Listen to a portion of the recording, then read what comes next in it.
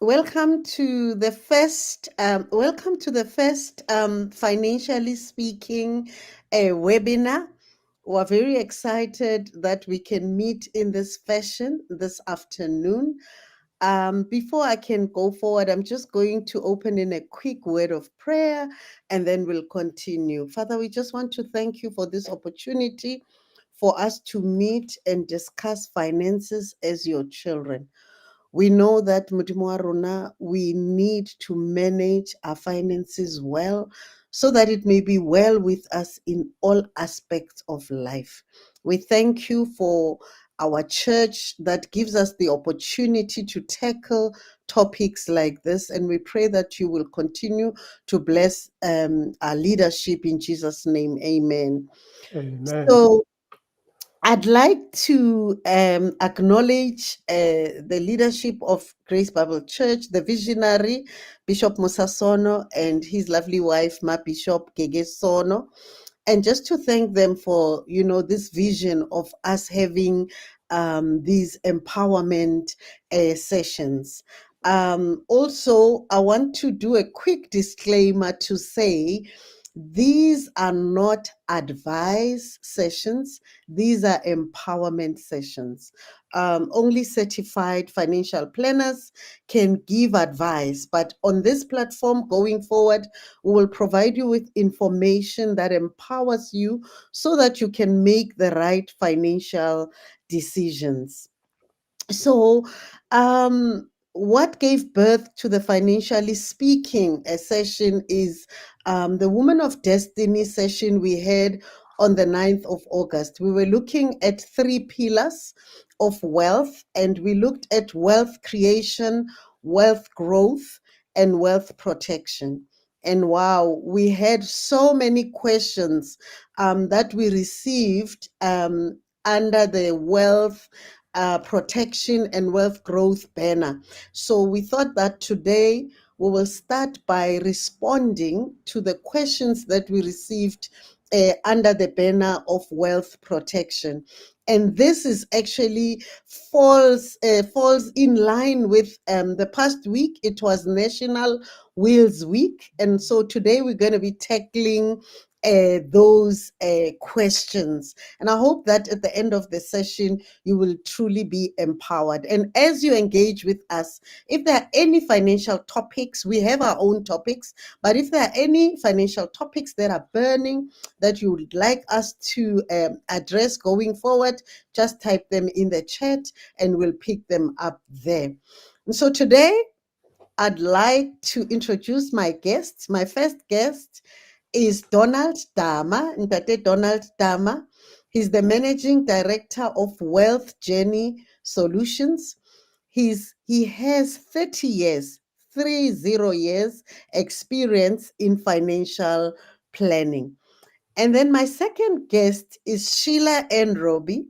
She's a certified financial planner and a practicing advocate with 12 years experience in both the legal and in the financial space. So really, I'm hoping that wherever you are clapping and you are giving them a warm welcome.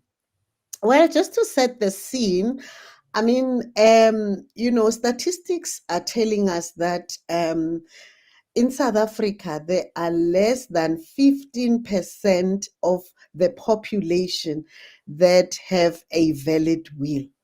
This means that out of every 10 people that pass away, seven of them pass away without a will. And so for us, it's so important that this afternoon we just tackle this topic of wills, which, by the way, most of the questions that we received were around this topic.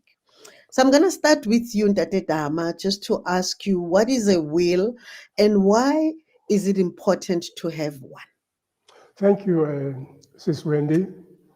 And I really appreciate the opportunity afforded to me to share about this very serious topic. And a will is a document that someone drafts to speak for themselves when they're no longer able to do so. That is in the event of death. A will It's a document that if you pass away without it, you actually put your family in a big mess. You leave loved ones in a state of misery and a lot of other hardships. So this document protects your family or loved ones. It protects your assets. It also is a document that can also protect, in a special way, minor children that we all know they cannot be in a position to sign any legal document or execute any legal issues. So a will helps to protect those minor children, and a will also helps to protect children who are incapacitated, not necessarily children, let's put it this way, a will helps to also protect heirs who are incapacitated in one way or another and they're not in a position to do a contract of any sort. Okay, thank you so much, Ntate Dama, for that. Maybe the next question that I would like to ask is, I mean, what is the legal age that one can draft a will?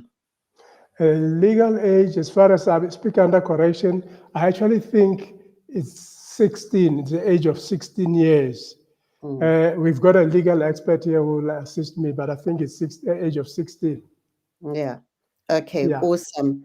And maybe just to bring you in here, Sheila, it's just to ask you, I mean, we hear these terms and we probably don't know what they mean. I mean, maybe if you can just explain to us what a testator is, what a testatrix is, so that we can understand, because these are the legal terms that are used and some of us don't know what they mean.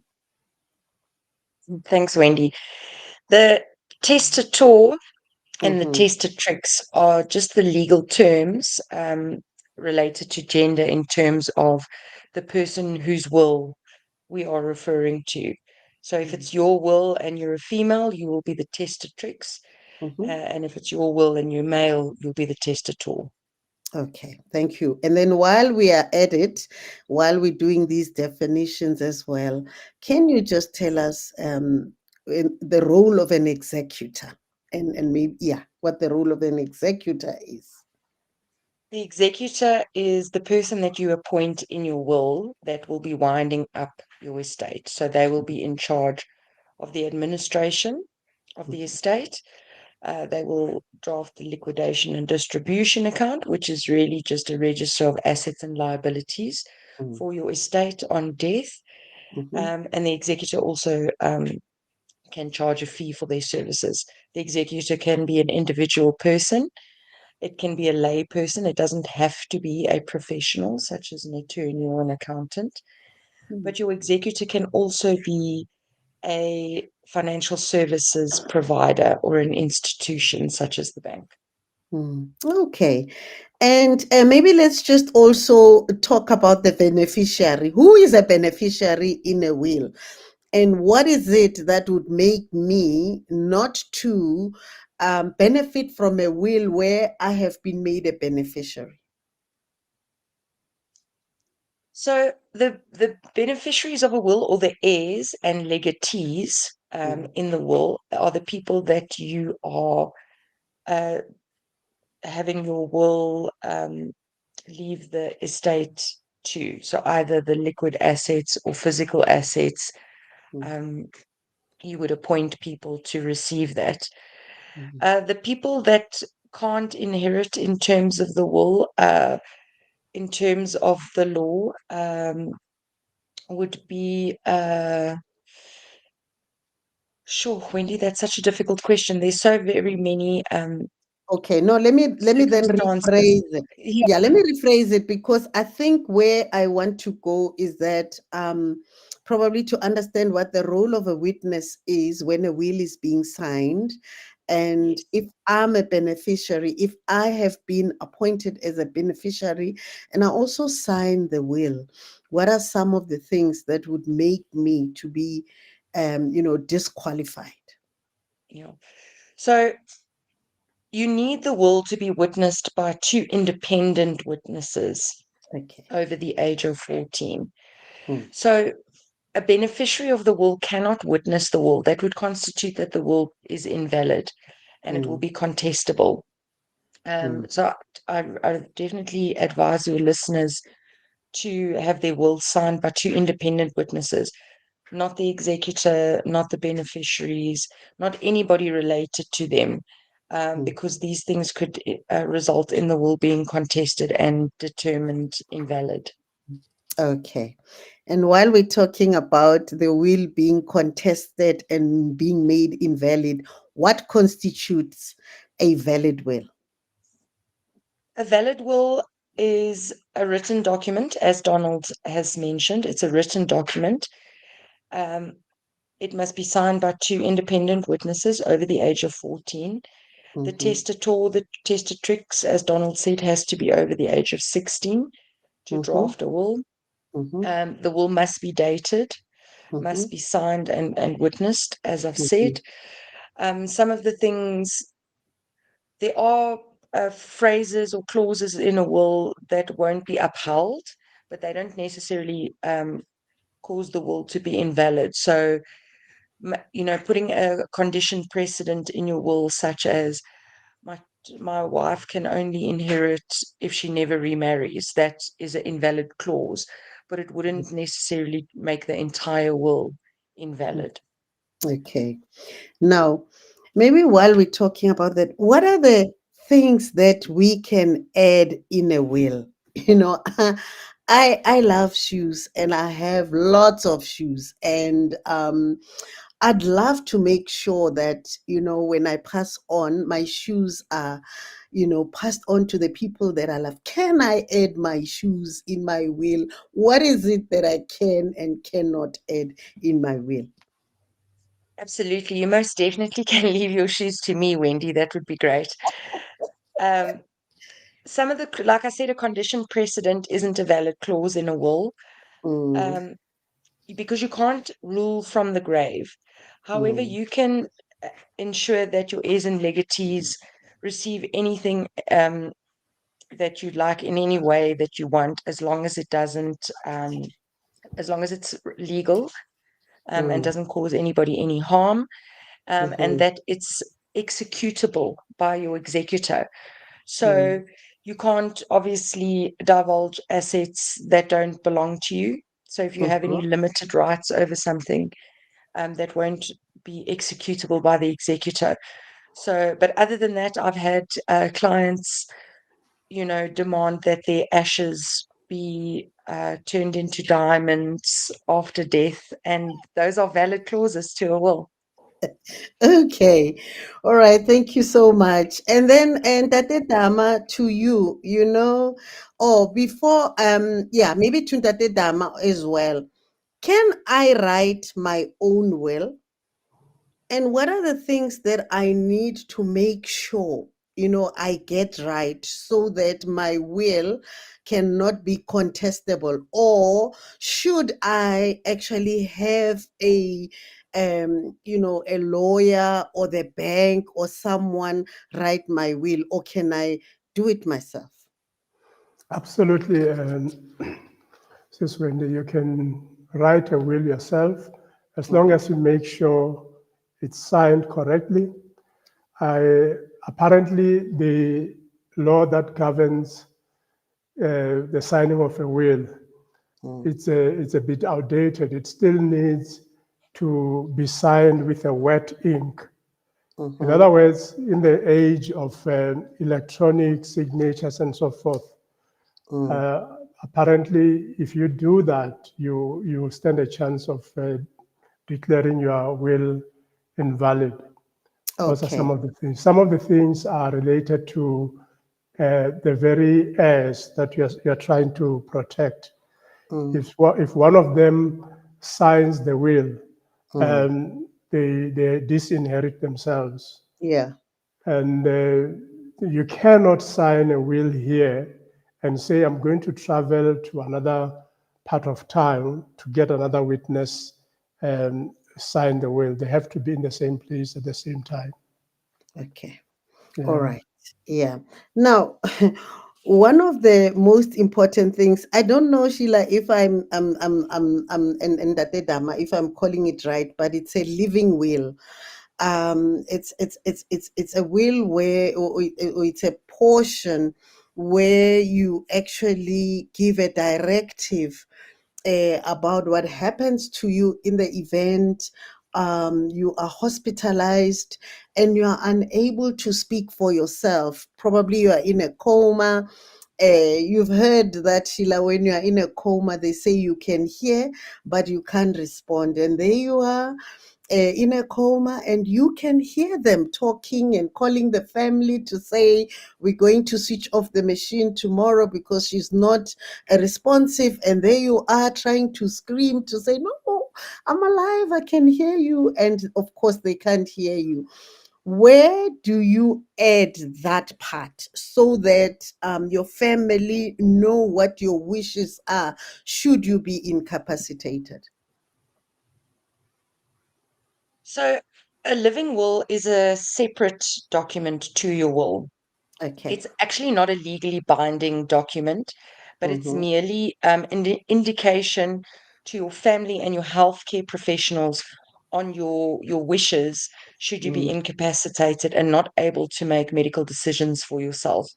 right. Often it will just be an attachment to your will because it is an important document. However, again, it's not legally binding. And if you are incapacitated, your family still may choose to go against your wishes should you direct to be pulled off life support after a period of 10, 15, 20, 30 days or whatever. But it really is an important document to have in terms of your financial planning and estate planning portfolio. And I would definitely Okay. recommend that it be held. Okay. So let's say then one passes away. Okay. So when we are still alive, we pay taxes and we draft a will and we pass away. And then whatever that we are bequeathing to our heirs, before they receive it, there are costs that are associated, with the estate that they receive. Can we maybe discuss some of those costs? Ntate Dama, maybe let's just start with you and talk about those costs. Yeah. Earlier on, Sheila mentioned that I think, sorry, it was yourself who mentioned a very small percentage of Mm, people who die with a will. mm, Now, I would like to even add further and say, even that small percentage of people who die with a will, there is still a very big chunk of that, be it 15% or whatever, who have a will, but it is not executable. They can't. The people who are administering the estate cannot execute it. Why can't they execute some of the wishes? Is because the only thing that will be passed on to heirs is what we call residue. mm, Residue come after what I could call very stringent rule by SARS that you have to pay them before you could, pass on any asset of the estate to your heirs. And some of those would be estate duty. mm, Estate duty is levied at 20% for estates which are worth less than 30 million. mhm, But I would like to also say that there's an exemption some call it abatement. It's got a few names of 3.5 million. In other words, in simple terms, if my estate is worth 3.5 million, and this estate duty may not be levied against my estate. okay. But the challenge here is that people these days, if they have life insurance, they have assets like property, we tend to find that you get to that 3.5 million very quickly. And unfortunately, majority of the people are not aware of this. They are also called death taxes. Estate duty, capital gains tax. What that means is that, in simple terms, if I have an asset like a house, which I bought at a price of R1,000,000, and at the time when I pass on, that house is worth R3,000,000. That first amount that I purchased the property at, it's called a base cost. And the growth, the growth is the amount, in this case, in my example of R2,000,000. That is where I have to share with government, because government want a portion of that. And we've got tools which work out all these things for you. And they say, you give us an inventory of what you own, then we will work out estate duty. If the estate is above 30 million, that estate duty tax goes up to 25%. The same estate duty for people who are married, there is a spousal exemption, whereby when I pass on, if I'm married, I can pass it on to my spouse, and my estate may not be taxed, depending on the size of the estate as well. Then there is what is called donations tax, which is not a tax that many people are aware of. Donations tax has to do with me giving anyone something that is worth, or an asset that is worth more than 100,000 every year. As a taxpayer, I have an amount of 100,000 that I can give to anyone without anyone questioning it. But once I exceed that, I'm seen to be donating. If, for example, my son has done well at school, and I say, you have done so well, my son, I want to buy you a Vurpa. You know what a Vurpa is? Worth maybe R1,000,000. I should know that 800,000, I must account for it before SARS, because I'm seen to have donated 800,000. Those are some of the taxes that make it very difficult for people to really see their desire being carried out, because they have to take care of those taxes first. But fortunately, there are tools in place at the moment, or there's always been tools that actually can work out even before one passes on, to say, if my estate is worth so much, I'm likely, as things stand today, as per information provided to us, this is how much estate duty your estate will pay if you pass on. This is how much capital gains tax will be payable. This is how much donations tax will be payable. And those are tools that people can get free of charge. But unfortunately, many people are not aware of these tools. Sure. So this means that when we are alive and we are employed, we are paying taxes. When we pass away, we leave, estate, we leave things for our children, and these also attract taxes. And actually, if we do not set aside enough money, then our children might not even receive what we thought we were bequeathing to them.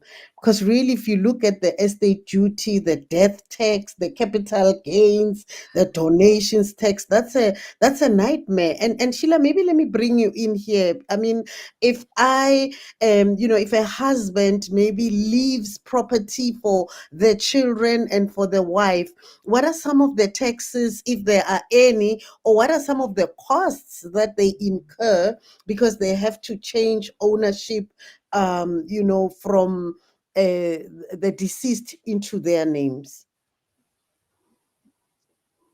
Excuse me. Thanks, Wendy. When leaving or bequeathing a property to your loved ones, obviously, the first thing you'll have to pay is your executor. They will also, and executors I've seen on the chat that the community is just asking about the fees related to executorship, and that is a standard average of 3.5% of the total value of the estate. You can get a discount from certain executors depending on the size of the estate. So most larger estates often are charged 1% as opposed to the full 3.5%. On a transfer of a property, transfer fees will also still be, related to that after death once the property is being transferred to your loved ones. If the property is also still bonded, again, you will have to pay two sets of attorneys for one for the registration of the property and the other attorney for the registration of a bond. If the loved one is required to continue with the bond, if the bond is still in Okay. place. Okay, so what provisions, I mean, if any, can be made so that, the beneficiaries don't have to lose out, on what the parents have bequeathed unto them? Or, like Date Dama said, you get the residue. What if there's nothing left after they take the estate duty and everything that needs to go to someone? So what can us as parents, as those who want to leave something for our children, do to make sure that when we pass away, they have funds that can cover? Or can we do anything anyway about it? Yeah, I encourage your community to sit down with a financial planner. As Donald mentioned, we have tools that can calculate upfront what your costs related to your estate will be, what your capital gains tax will be, what your estate duty will be, what the executor's fees will be. So doing that upfront will assist you to better prepare. Life policies are also a wonderful tool and product to put in place. And the structuring of your financial portfolio is very important. So you will have one life policy that will pay to your beneficiaries, and that will not attract any tax, and they will pay directly to the beneficiaries. Then to have a separate life policy where you make the estate the beneficiary, that will cover those estate expenses. Some financial services providers do have products in place that you pay on a monthly basis that will cover executors' fees. However, just as a caveat to the community, um, those are just for executors' fees. They often do not make provision for estate duty, which is a significant expense. As Donald mentioned, it's 20% of estates above 3.5 million, but below 30 million. So yes, and life cover is a wonderful tool to alleviate all these problems with costs, and to get life cover as early as possible when you are young and healthy Mm. is also very advisable. Okay, so basically, take out life policies, one that pays the beneficiaries immediately upon your passing away, so that they do have some sort of funds that they can use to cover some of these costs, or take out a life policy. Where the estate is the beneficiary, obviously after having engaged with a certified financial planner to see what the amounts are, so that you make sure that your children or whoever you're bequeathing your estate to does in essence get what you meant for them to receive. So I'm hoping that those that are watching here are taking that this into consideration, so that we make sure that we don't leave things that we also lose. Now, in the cases where I have minor children and I pass away, how do I make sure they receive their inheritance? What role do trusts play in this regard? Trusts is also a very wonderful tool. So there are various different types of trusts. The main ones is obviously inter vivos, which just means you have a trust while you're alive, and then testamentary, which is a trust that comes into effect only on your death. So it's a testamentary trust. To set up a testamentary trust for your children is advisable, particularly if the guardians, the legal guardians that you've appointed in your will, need support in terms of ensuring that the funds are managed appropriately and for the benefit of your minor children. So the testamentary trust will be set up. There will be trustees. So if you've done a will through a financial services provider, their trust department will have trustees. One of your loved ones is able to be a trustee as well on the trust. And the directive for the trust is really obviously for the benefit of the minor children. And you can put certain clauses that the trust will then stop stop at a certain age. If your children reach majority or 21 or 25, then whatever is left in terms of funds, the children can then receive as a lump sum. Okay.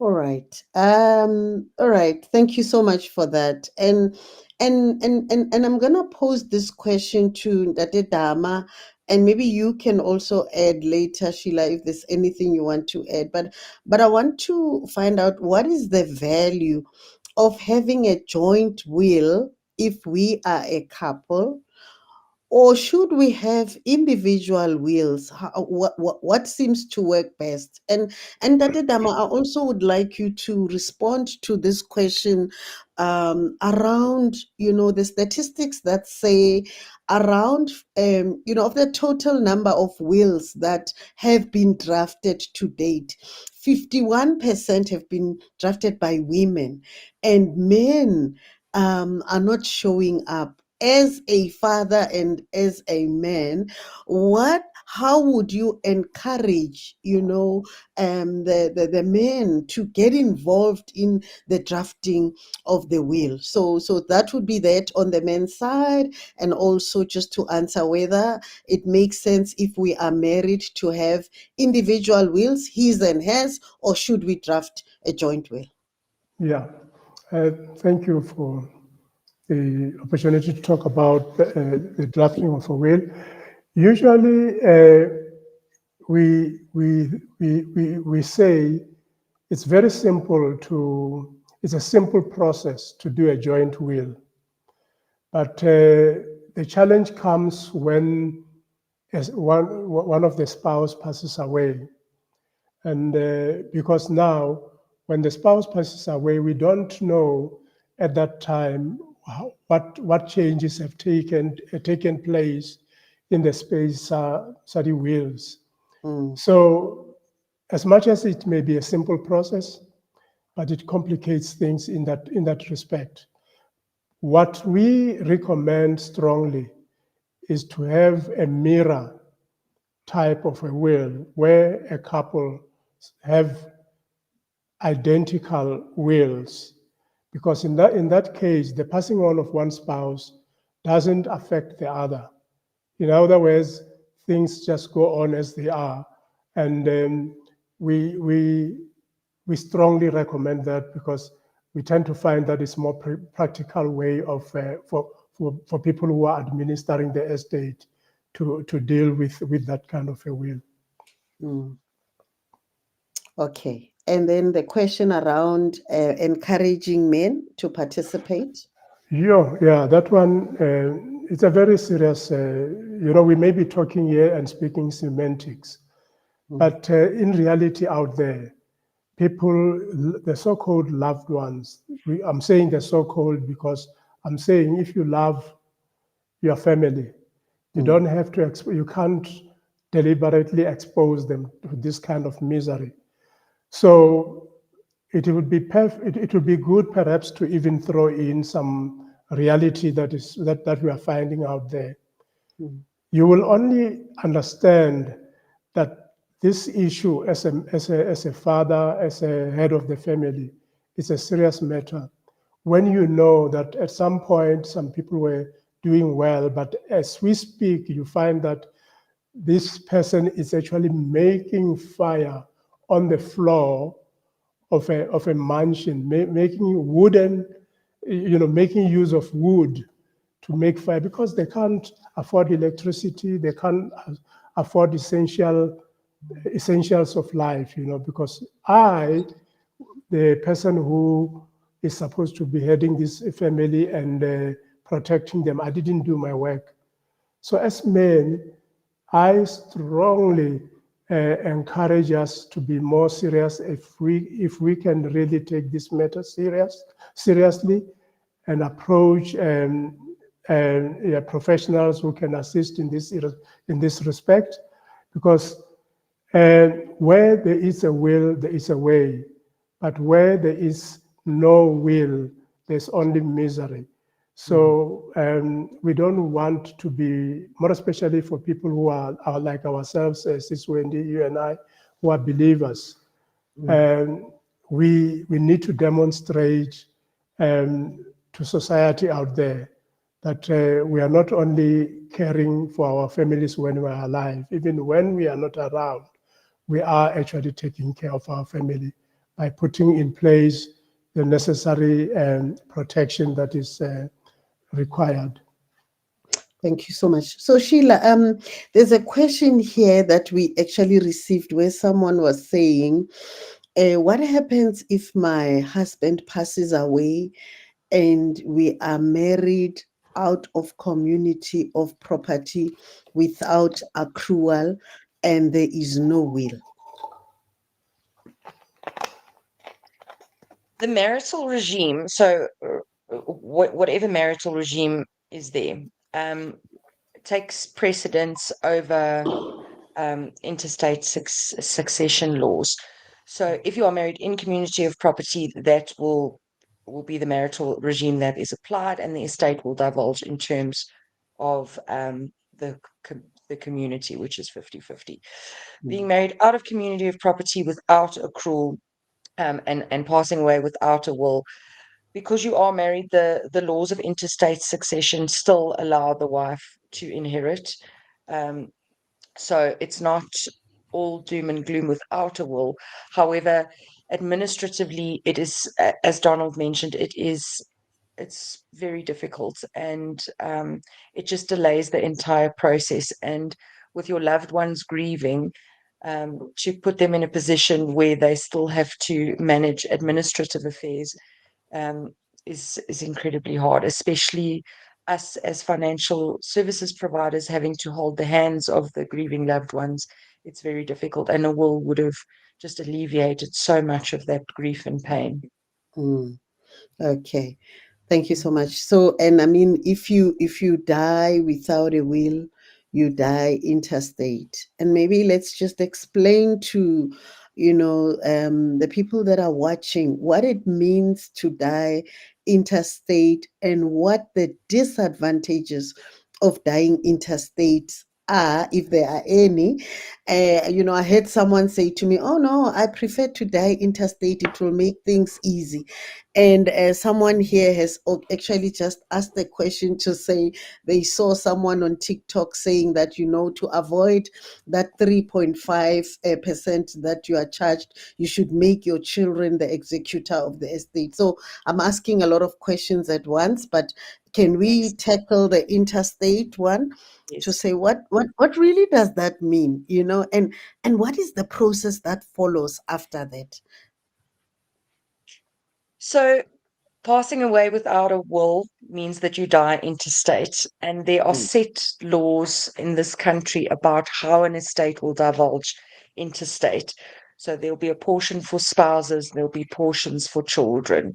If there are no spouses or children's, then siblings, and if there are no siblings, it's parents, and etc., etc. So the difficulty with interstate is obviously that no executor is appointed. So your loved ones have to stand queue at the master's office to have an executor appointed. The master's office will appoint whom they see fit as an executor. So after that process, then the interstate succession takes place. the same liquidation and distribution account needs to happen before the master's office will then declare that the estate has been wound up.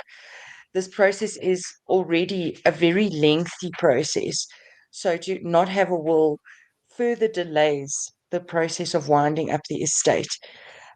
Just in terms of the question about the executor's fees, you are more than welcome to appoint your children as executors. However, if your estate is more than 250,000 Rand, which most South Africans actually are over 250,000, if you have to add up everything in their house, the cars, pension and provident fund, etc., most people do go above the 250,000. If that is the case, the master's office will require that you appoint a professional to draft the liquidation and distribution account. So if your loved one is your executor, they will need an attorney or an accountant to draft that anyway because they don't have the skills to do that. They are going to have to pay the professional a fee in any event, which is pretty much the equivalent of what an executor's fee would be. So, um, yeah, there's two things in life, death and taxes. We're not going to avoid it. Yeah. Um, and also just to make sure that the advice that you are receiving is from a reputable source. Mm. Um, you know, so yeah, sit in front of a certified financial planner. We are very passionate about estate planning and we want to help. And the relationship that we developed with your loved ones after you pass is one of the most special relationships we'll ever have. So I do really encourage people to get familiar with this. I understand that it's a very emotional and topic, but we are here to help. And as Wendy said in the beginning, empower yourselves. And a Mm. will is a document that empowers you and the people around you. So yeah, I wouldn't willingly pass away interstate. Yeah. Okay. Yeah. Because I don't know what the person meant, but they said, I don't have much, so I'd rather die interstate. So it's not a good idea, to die interstate. And maybe Sheila, just to piggyback on what you've just said, right? You said that if you die interstate, it's a lengthy process that follows. But one of the questions that we had received was that there were quite a few where people were saying, my parents or my husband, they drew up their will with a financial institution. It's been 3, 4 years, and the estate has still not been wound up. What are some of the things that are delayers, to the estate being wound up? Because to be quite honest, I've never heard someone say, their estate was wound up within 6 months or a year. Can you maybe shed some light on what are some of the things that maybe that we do when we craft our wills, or what happens, even if my will is with a financial institution? So there is indeed a backlog within the master's office, and Mm. it's really because there are, as you said, so many interstate estates. So the appointment of executors, etc., takes quite a while. So if you do have a valid will in place, it will take about 6 to 8 weeks for a letter of executorship to be issued. And without that document, the process actually can't start. So once a letter of executorship is issued, then only can your executor open an estate late bank account. And then the Mm. process starts of, getting in touch with financial services providers if there were any policies, and the banks for papers for a house or vehicles. And then the process of transferring assets can start within the estate, whether it's going to loved ones or to a trust. The executor will then draft a liquidation and distribution account, which then has to be approved by the master's office, and Mm. only then um, can the residue of the estate be paid out to beneficiaries. So, Mm. on average, somewhere between 18 months to as long as 8 years, depending Mm. on the complexity of the assets and liabilities within the estate. Um, so, yes, to have a professional appointed as an executor who knows what they're doing and how to go about the process does make the process a lot easier and quicker. Mm. And maybe while all of this is happening, I mean, let's just paint a practical picture. Probably the parents have passed away at the same time. They've left minor children. And as you would know, as soon as the Home Affairs issues your death certificate, your accounts are automatically frozen. No one can access that. What happens to these minor kids? While this process is happening, I mean, if it's between 18 months and 8 years, what are they doing? What are they living on if the parents did not even have life covers? Yeah. So I would trust that loved ones would step in. If you didn't have a will and you haven't appointed a legal guardian for your minor children, I would trust that loved ones would step in and care for them. But they would then have to take on the financial burden of the costs associated with caring for your minor children, which again, a life policy or investment policies that are under a life license could be structured in a way that the beneficiaries could receive money within 48 hours of having your death certificate issued. So, yeah, it's very, very important to ensure that the financial planning process has been sorted so that you can make provision for your Mm, children, especially if retirement funds in particular can take anywhere from 3 to 8 months to pay out because obviously the trustees have to approve the beneficiaries yeah, on retirement monies. So, and life cover is just something that will pay to the beneficiaries almost immediately upon claim. And it's just the easiest way to make sure funds are allocated to the people that need it after you pass, especially if there's a simultaneous death. yeah. Can I Awesome. come in, Sis Wendy? Yes, Just yes. to add to this, one of the tools that could actually relieve one, from delaying the process is to actually grow within a trust, is to establish a trust and you grow within that trust. Because when you pass on and you've got a living trust, like the interviewer's trust, for example, that Sheila mentioned earlier on, you are passing on in terms of what the trust has to do. It's a very small event. It's not a big event. It's an emotional event. But in terms of looking after your beneficiaries within a trust, you are not disturbing anything. And by the way, when you are looking after your beneficiaries within a trust, you even gain a big benefit called um, uh, um, in terms of tax. You actually can reduce your tax liability to a very smaller percentage because beneficiaries don't pay a high rate of tax. There is a rule. I mean, I don't like to play around with semantics because some of these things are real issues. When you have established that trust, you are in a position to use what is called a conduit rule. A conduit rule is that whatever the trust is, the purpose for which the trust is established for, if it is to look after the welfare of the beneficiaries, it will carry on even when you pass on.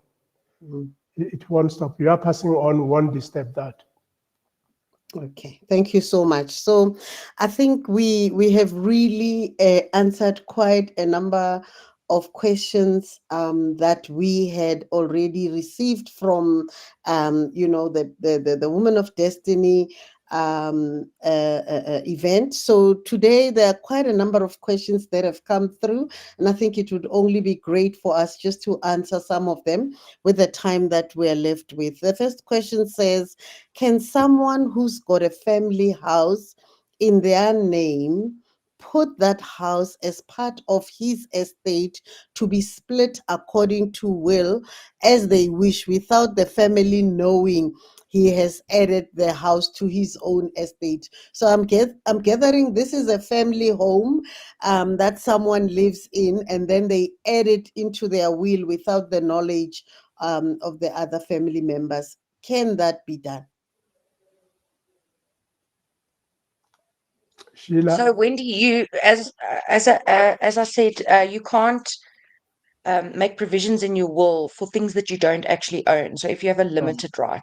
So the Right. first question there, and this often happens. I've got clients um, who in the same situation that have a family home and they all want to sort of buy in to the land and build onto it, and they can't actually make provision for it in the will because there's no actual deed, a title Mm. deed to the Title. property, which is the case for a lot of people in our country. Mm. Um, so you can't actually make provision for something unless you outright own it. Mm. So the difficulty there would be obviously you would have the chief would have to set a piece of writing to say that this particular home or piece of land belongs to whomever, and only then would you be able to put it in your will or in a trust to that effect. Okay, cool. Thank you so much. I hope the person that asked this question has received their answer. Now, there's another question. They're saying, how does a stroke survivor sign a will because they are physically unable to and incapacitated? So, so, so, You so, you are able to sign a will with a mark. I Mhm, will just I will do some more background. I just want to find some case law for you, Wendy, that you can maybe share with your members. mm, If they're completely incapacitated to even make a mark. I just want to get some more recent case law for you okay, you know, if we have members in the community that can't even make a mark on a will. sure. Okay. And the next question says, should I tell my loved ones about the will? If it's no, how will they know when I pass away that I drafted a will? Absolutely. It's very important to let some of the members of the family know where your will is stored. And many institutions these days provide the service of storage of a will. Okay. All right. So we need to be transparent and let somebody, one, at least one person that we trust, know that we have drafted a will. Okay, Sheila, this one is for you. Can a will be contested by the beneficiaries if they're unhappy with what's in the will? So just because you have something bequeathed to you as a beneficiary doesn't necessarily mean you have to accept it. Mm, Um, so in that way, um, I don't have any situations with my own clients where someone hasn't accepted an inheritance, but that is possible.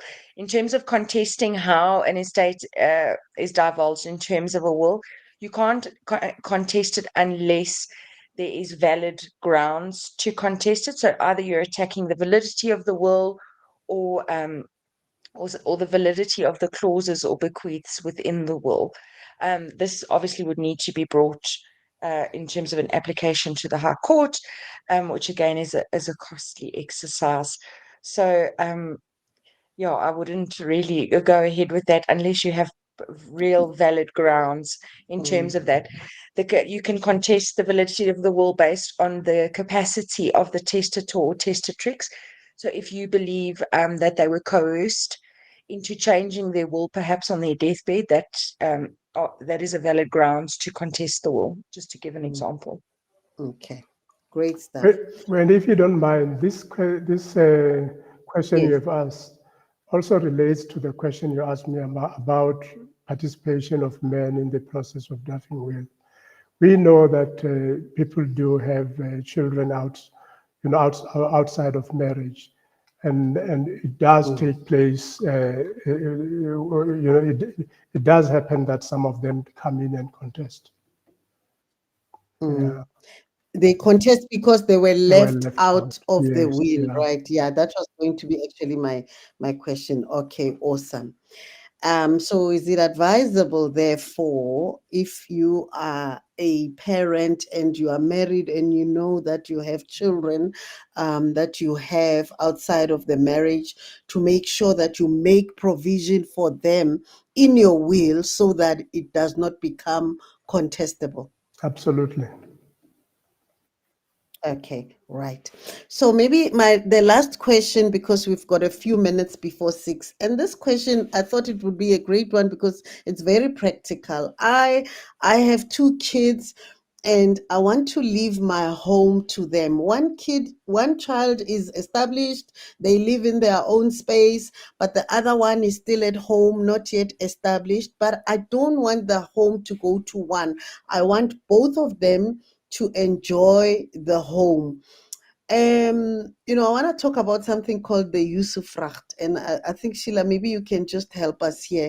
How do I, as a parent, when I'm structuring, my will, make sure that both my children, whether established or not established, still own the home, and then the other one, uses the home? So usufruct is is a tool that people can use in terms of their will. It creates a limited right to an asset. So the ownership of the asset will be with one person, but the use and enjoyment will be with another person. So, for instance, you are able to leave your house to your children with a usufruct for your spouse. So the usufruct, you can then establish that it lasts until your spouse passes, and then the full ownership rights will then go to your children. That's just an example of one way. If I can just Okay, also add awesome. there, Well, the term mm-hmm, may sound like a jargon, but in simple mm, terms, a usufruct it's a situation whereby one person is allowed to make use of the fruit, while the other one is the owner of probably that tree or whatever. So it's usage of property. If it can even include rentals and stuff like that. okay. All right, thank you so much. So we've got a few minutes left. Sheila, I'm just going to ask you for your last words, as you encourage those that are watching online around the importance of having a will, just your closing remarks. For me, for your community, my catchphrase has always been where your heart goes, your money follows. And a will is a Mm, beautiful way to empower yourself and ensure that you are leaving a legacy. thank you so much. Ntate Dama, your My parting parting shots. shot Um, is that uh, draw up a will today. Tomorrow hasn't been mm, promised to anyone. mm. Sure, tomorrow hasn't been promised to anyone. Well, we really would like to just wrap up in the few minutes that are left, but just to encourage you to say that if there are any topics that you believe you'd like us to address, on this platform going forward, we have planned some topics, as we will always be meeting on the third Sunday of every month between 5 and 6 to talk about finances. So drop us, what you'd like us to address, for yourselves, and make sure that, these sessions are empowering you, because, it's so important for us to have the right skills and the knowledge so that we can make the right financial decisions. What I'd like to say to those that are watching is that if you don't have a will, if you haven't drafted one, please do so. There's what they call in behavioral economics the intention action gap. Please close that gap. Make sure you consult a financial planner tomorrow. Wake up and make sure that you update your will. We have shared so much empowering knowledge this afternoon. Please, tomorrow, just act on it. People I always like to ask people, is knowledge power? And most of the people will say knowledge is power. And I'd like to argue and say knowledge is not power. It's only applied knowledge that is power. So I'm encouraging you tomorrow, make sure, or by Tuesday, make sure that you consult someone. Make sure that you've done what you need to do. And with that, I just want to say, Lord, we just want to thank you for this time that we've had. In Jesus' name, amen. And we've reached the end of the session. Bye, everyone. Thank you, Uh, Sheila, and thank you, Dama. uh, Bye. Until next time.